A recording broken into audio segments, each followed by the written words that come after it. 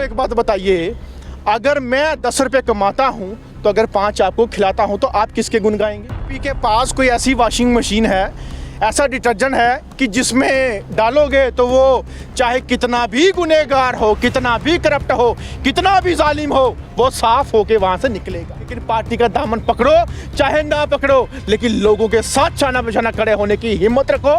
वही सच्चा लीडर है, वही सच्चा इंसान है जो लोगों के साथ खड़ा होकर। इस वक्त हमारे साथ बात करने के लिए मौजूद है सनी कांत चिप जी, जो कि युवा नेता हैं और अक्सर आपने इन्हें सुर्खियों में देखा होगा। अपने बयानात के लिए हमेशा सुर्खियां बटोरते रहते हैं। सनी जी, सबसे पहले आपसे मैं आज ये पूछना चाहता हूं कि लगातार जिस तरीके से पॉलिटिकल पार्टीज़ हैं, जो उनके पॉलिटिकल नुमाइंदे हैं, वो अपना रुख बदल रहे हैं। पॉलिटिकल पार्टीज़ में से जो है कुछ वक्त रहते हैं और उसके बाद पॉलिटिकल पार्टीज़ को चेंज कर लेते हैं, अपना सियासी दल चेंज कर लेते हैं। क्या कहना चाहेंगे?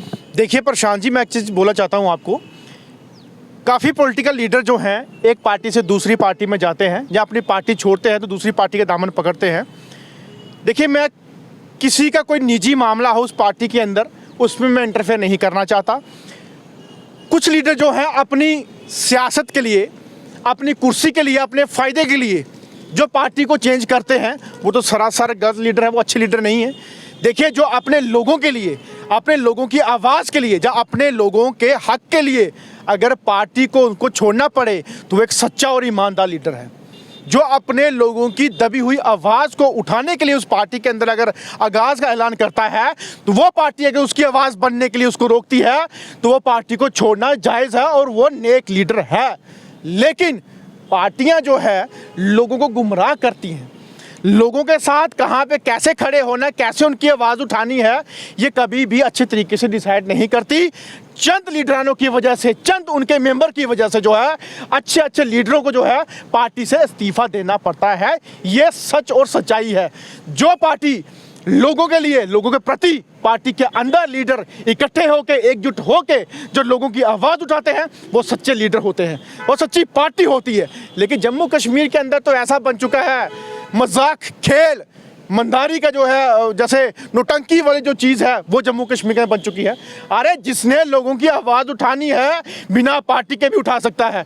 जो लीडर वाकई में जम्मू कश्मीर के लोगों का दर्द देखने वाला है, वो लीडर अपना लोगों के जो अंदर जो उनके मासूम या मायूसियत उनकी है वो दूर करने के लिए उनकी आवाज़ उठा सकता है। लेकिन पार्टी का दामन पकड़ो चाहे ना पकड़ो, लेकिन लोगों के साथ चाना बिछाना खड़े होने की हिम्मत रखो।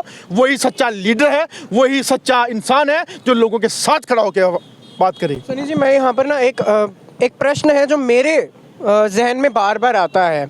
लगातार जिस तरीके से सत्ताधारी पॉलिटिकल पार्टीज़ हैं इस वक्त, चाहे भाजपा हो या अन्य पार्टीज़ हों, मैं आज आपसे ये पूछना चाहता हूँ कि क्या इस सोच पर चलना कि जब तक कोई पॉलिटिकल पार्टी का कोई जो नुमाइंदा है उस पर करप्शन का चार्ज है या कोई भी चार्ज है या प्रॉपर्टी टैक्स का कुछ मसला है या उसके ऊपर अन्य कोई चार्ज लगाया गया है, जब वो बीजेपी ज्वाइन कर लेता है तो उसके जो है पाप जो है सारे धुल जाते हैं?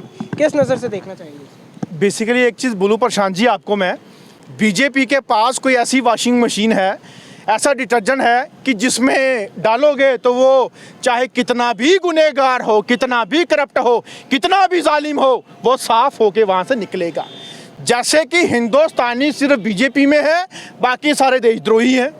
बीजेपी के पास बस एक ही फंडा है, धर्म की राजनीति, बाकियों के पास धर्म ही नहीं है।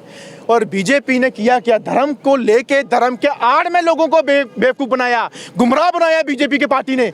और जम्मू कश्मीर के हमारे 25 MLA जो पब्लिक ने बड़े ही शान से उनको जितवा के दिया, तो क्या दिया जम्मू कश्मीर के उन 25 MLA ने? सीएम नहीं, डिप्टी सीएम तो बने, स्पीकर तो बने, तो क्या दिया बीजेपी के उन डिप्टी सीएम ने या उन स्पीकरों ने? क्या कर लिया यहाँ के उनके MLA ने? सेंटर में सरकार आज भी बीजेपी की है, तो क्या कर लिया जम्मू कश्मीर के अंदर ऐसे MLA ने? जम्मू कश्मीर के अंदर बीजेपी अगर बोलती है हिंदू हिंदू हिंदू खतरे में, तो मुझे लगता है 2014 के बाद हिंदू खतरे में है। पहले कहाँ हिंदू था खतरे में? आप बोलते हो देश के हमारे राष्ट्रपति अब्दुल कलाम थे, हमारे प्रधानमंत्री हमारे मनमोहन सिंह जी थे, एक सिख कम्युनिटी के थे, एक मुस्लिम कम्युनिटी के थे, तब हमें खतरा नहीं था हिंदुओं को, लेकिन आज खतरा लगता है हमें हिंदुओं को। आप देख सकते हैं नई बस्ती के अंदर जो नोटिस आया है, एक बेचारे ने पूरी रुद्राक्ष की माला डाले हुए कट्टर हिंदू कपड़े फाड़ फाड़ के रो रहा है कि इनसे तो अच्छे मुसलमान थे, इनसे अच्छे वो सरकारें थी एनसी जो बेचारी खाती थी और गरीबों को तंग नहीं करती थी, जो उनको भी खिलाते थे, या कांग्रेस थी जो खाते थे या गरीबों को भी खिलाते थे, तंग नहीं करते। लेकिन ये क्या जम्मू कश्मीर। सनी जी क्या समझे कि खाना सही है? देखो मेरे को एक बात बताइए, अगर मैं 10 रुपये कमाता हूँ तो अगर 5 आपको खिलाता हूँ तो आप किसके गुण गाएंगे? आप अपने उस 5 रुपये से अपनी फैमिली पालेंगे, बच्चों को पालेंगे, घर परिवार पालेंगे, तो गलत कहाँ पे मुझे बताइए आप। देखिए सरकार का काम है रेवेन्यू इकट्ठा करना और हर एक मुलाजमात को तनख्वाहें बांटना, एरिया डेवलप करना, स्टेट डेवलप करना, देश डेवलपमेंट करना। अगर बेचारे गरीबों को भी वो खिला रहे थे, जिनको तंग नहीं कर रहे थे, लेकिन कम से कम अच्छा तो था, भाईचारा तो था। आज की डेट में हम एक दूसरे को नज़र से देखते हैं, कौन हिंदू, कौन मुस्लिम, कौन सिख, कौन ईसाई, कौन अमीर, कौन गरीब, कौन किस कास्ट का, कौन किस एरिया का। यहाँ तक बीजेपी ने ये तक करवा दिया, इंसानियत को फेस से ये दिखा दिया कि कौन कैसा है। ये किस तरीके की पॉलिटिक्स है मुझे बताइए। बाहर की कंट्रियाँ मजाक बनाती हैं कि हिंदुस्तान को तोड़ना हो तो धर्म की राजनीति की जाए, तोड़ दो हिंदुस्तान को। ये करवा दिया हिंदुस्तान के अंदर। मुझे बोले हिंदुस्तान एक गुलदस्ता है जिसमें हर किस्म के फूल खिलते हैं, चाहे वो हिंदू हो, मुस्लिम हो, सिख हो, ईसाई हो, बुद्धिस्ट हो, जैनिज्म हो, लेकिन यहाँ पे इस तरीके का जो कार्ड खेला जाता है ये गलत है। आज अगर पीला पंजा जहाँ नोटिस आया है वो हमारे हिंदू भाई हैं, आपको बड़े हिंदुओं से प्यार है, और हिंदू वो है पूरे देश में हिंदुस्तान में रहने वाला हर एक जात पात का, हर एक मज़हब का हिंदू है, लेकिन जो हमारे धर्म है वो अलग अलग है। लेकिन आप हिंदुस्तानियों को इस तरीके से बांटने का काम ना करें। और सबसे बड़ी बात, इस एनक्रोचमेंट में बड़े बड़े मगरमच्छ जो इन्हीं की पॉलिटिकल लीडर के हैं।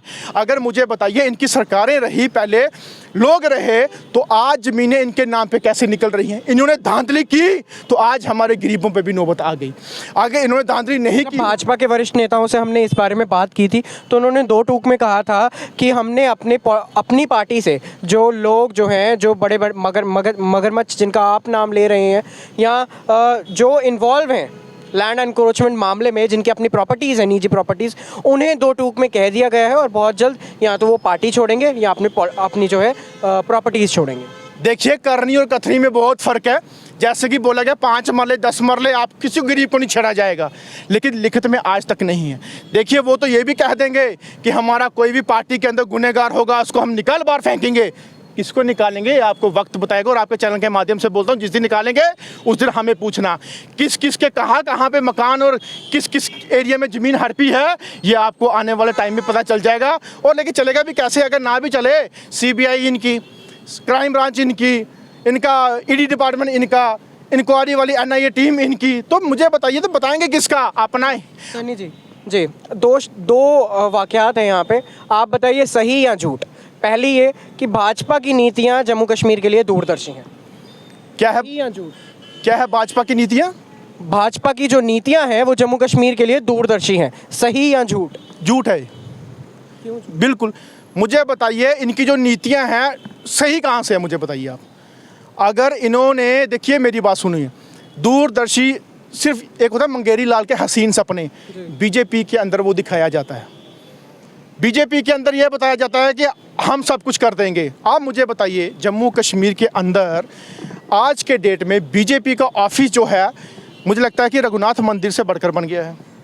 हम लोग जाते हैं माता वैष्णो देवी माथा टेकने, लेकिन मुझे लगता है सारे लोग उनके दफ्तरों के बाहर बैठे होते हैं, चाहे वो रहबरे खेल के हों, PM पैकेज के हों, आपके ऑल डेली विजर्स हों, कोई भी पॉलिटिकल पार्टी हो, चलो बीजेपी के दफ्तर के बाहर, चलो बीजेपी के दफ्तर के बाहर। मुझे बताइए बीजेपी के बाद दफ्तर के बाहर अगर मालाएं, प्रसाद, फूल, धूप, तेल वो भी रख दिया जाए कि जब भी आए वो सारा सामान लेके अंदर जाएं और किसकी आरती उतारनी है वो अंदर देखें जाके। मुझे बताइए उनके दफ्तर के बाद जाके करते क्या हो, क्या मिल जाएगा लोगों को जो आज तक आपको मिल गया। बड़े बड़े सत्ता में रह के नहीं दे पाए तो चलो बीजेपी के दफ्तर के बाहर, चलो बीजेपी के दफ्तर के बाहर। आज भी बैठे हैं बेचारे, क्या मिल रहा है आपको? रोटी मिल रही है वहाँ से। आपको हक मिल गया, इंसाफ मिल गया, बस वहाँ से कुछ लीडर को इकट्ठा करते हैं, बीजेपी के अंदर बिठा के एक दो लीडर को समझाते हैं आप हमारे साथ जुड़ जाओ, हम आपका इंसाफ करवा देंगे। क्या हो गया? क्यों गुमराह किए जा रहे हो? एक लीडर के पीछे 5 हज़ार लोगों को क्यों बेवकूफ़ बनाया जा रहा है? कुछ भी नहीं है, इनके सिर्फ जुमले हैं, जो जुमले आज की डेट में एक्सपोज हो चुके हैं। बातें हैं, करनी नहीं कथनी है बस। जी बीजेपी ये भी कहती है कि लगातार जिस तरीके से ये सब जो लोग हैं, फिर चाहे वो all Jammu based reserve category हो, पीएम पैकेज के एम्प्लॉयज़ हों, या रहबरे खेल हो, रहबरे जंगलात हो, और अब इन सब को छोड़कर वीडीसी और एसपीओज बचे थे, अब वो भी प्रदर्शन कर रहे हैं, वो भी मैदान में उतर चुके हैं और ऐलान जंग कर दिया है उन्होंने। ये कहते हैं कि ये सब जो है पुरानी सरकारों की नालायकी का नतीजा है। सही या झूठ? देखिए, नतीजा उनका है, लेकिन मुझे बताइए, अगर आप सही हैं, अगर बीजेपी सही है तो आप ठीक कर दो, आप ही सही कर दो। आप क्यों उनके पीछे बोल रहे कि पुराने ने किया तो हम ठीक नहीं करेंगे, उनकी गलती है, तो आप सही कर दो। मुझे बताइए, जम्मू कश्मीर को मंत्रों का शहर बोला जाता है, जम्मू कश्मीर को एक गुलदस्ता बोला जाता है, जम्मू कश्मीर को हिंदुस्तान की जन्नत बोला जाता है, स्वर्ग बोला जाता है। आज जम्मू कश्मीर प्रोटेस्ट का, धरने का अखाड़ा बन चुका है। आज वो जम्मू कश्मीर जैसे उड़ता पंजाब नशे से था, आज जम्मू कश्मीर उड़ता जम्मू कश्मीर बन चुका है नशे से। आज जम्मू कश्मीर बेरोजगारी से नंबर 1 सेकंड नंबर पे पहुंच चुका है पूरे हिंदुस्तान में। आज जम्मू कश्मीर हर जगह जोलियां फैला के लोग बैठे होते हैं अपने डिपार्टमेंटों के बाहर अपनी डिमांड पाने के लिए। देखिए, मेरी बात सुनिए, यहाँ पे एक नहीं, हर एक डिपार्टमेंट के लोग आज परेशान हैं, दुखी हैं, लेकिन मुझे समझ नहीं आता ये जम्मू कश्मीर को आखिरकार हो क्या गया, किसकी नज़र लगी जम्मू कश्मीर को। और जम्मू कश्मीर के अंदर आने वाले दिनों में मैं आपके चैनल के माध्यम से एक ऐलान करना चाहता हूँ कि सन्नी कांचीप और उसकी पूरी टीम, और आपको रिक्वेस्ट करना चाहता हूं कि जो भी हमारे ऑल डेली विजर्स के लोग हैं, अगर मेरे उस आंदोलन में साथ देना चाहें, वो मेरा साथ दें, मुझसे कांटेक्ट करें, आपके चैनल के माध्यम से कांटेक्ट करें।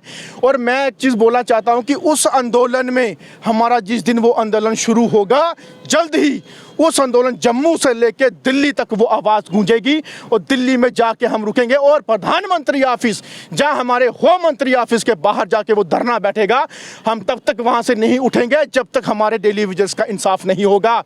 बहुत हो चुका यहाँ के लीडरों से मांगने का, बहुत हो चुका हमारे एलजी यहाँ के एलजी एडमिनिस्ट्रेशन से मांगने का। अब हम देश के प्रधानमंत्री से मांगेंगे, देश के गृह मंत्री से मांगेंगे कि हमारी डिमांडें पूरी करो। जिस देश में रहते हैं उस देश के प्रधानमंत्री से पूछेंगे कि आपने देशवासियों के साथ क्या किया। जम्मू कश्मीर का एक ताज, हिंदुस्तान का ताज था ना, उसको क्या किया। मेरे ऑल जो डेली विजर्स हैं, उनकी लड़ाई अब जल्द ही शुरू होने वाली है।